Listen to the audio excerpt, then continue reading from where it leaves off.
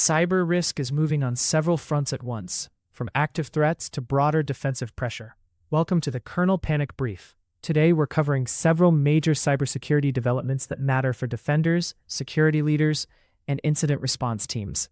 Several vulnerabilities were reported as actively exploited or highly likely to draw immediate attacker interest.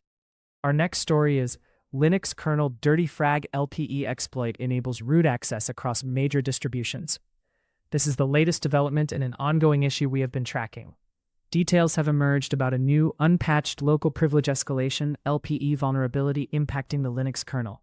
Dubbed Dirty Frag, it has been described as a successor to CopyFail, CVE 2026-31431, CVSS score 7.8, a recently disclosed LPE flaw impacting the Linux kernel that has since come under active exploitation in the wild. The vulnerability was reported to Linux kernel maintainers. Why this matters? Active exploitation raises the chance of immediate real-world impact and shortens response time. For defenders, the immediate takeaway is to validate exposure, review detections, and confirm that response playbooks still match the current threat picture. Our next story is Canvas breach disrupts schools and colleges nationwide. An ongoing data extortion attack targeting the widely used education technology platform Canvas disrupted classes and coursework at school districts and universities across the United States today.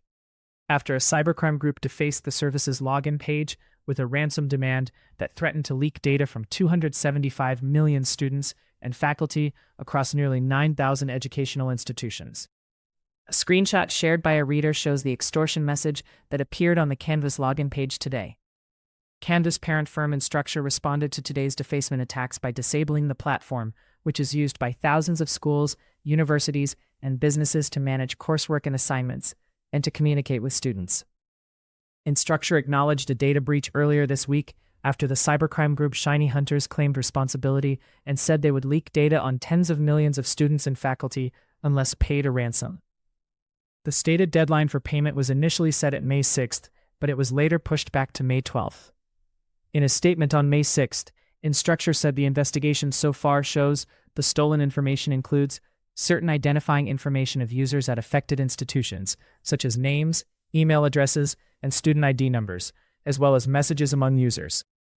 The company said it found no evidence the breach data included more sensitive information, such as passwords, dates of birth, government identifiers, or financial information.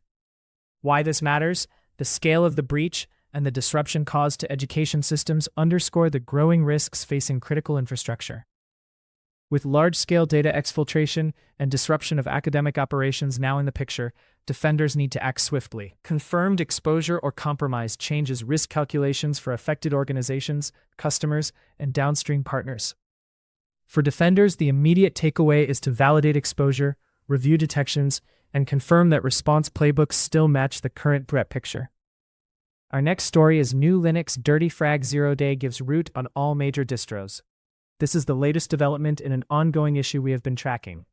A new Linux zeroday exploit named Dirty Frag allows local attackers to gain root privileges on most major Linux distributions with a single command.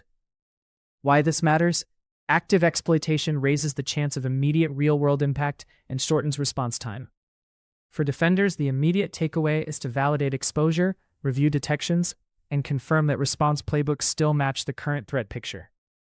Our next story is Quasar Linux RAT steals developer credentials for software supply chain compromise.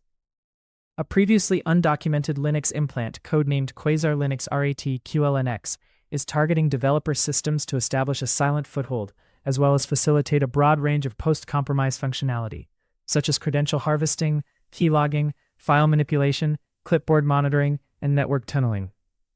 QLNX targets developers and DevOps credentials across the software supply chain. Why this matters? The story signals a meaningful cybersecurity development that may affect defender priorities, exposure, or monitoring. For defenders, the immediate takeaway is to validate exposure, review detections, and confirm that response playbooks still match the current threat picture. Our next story is one missed threat per week, what 25 million alerts reveal about low-severity risk. The dark secret of enterprise security operations is that defenders have quietly institutionalized the practice of not looking. This is not just anecdotal, but rather backed by a recent report investigating more than 25 million security alerts, including informational and low severity, across live enterprise environments. The dataset behind these findings includes 10 million monitored systems. Why this matters? The story signals a meaningful cybersecurity development that may affect defender priorities, exposure, or monitoring.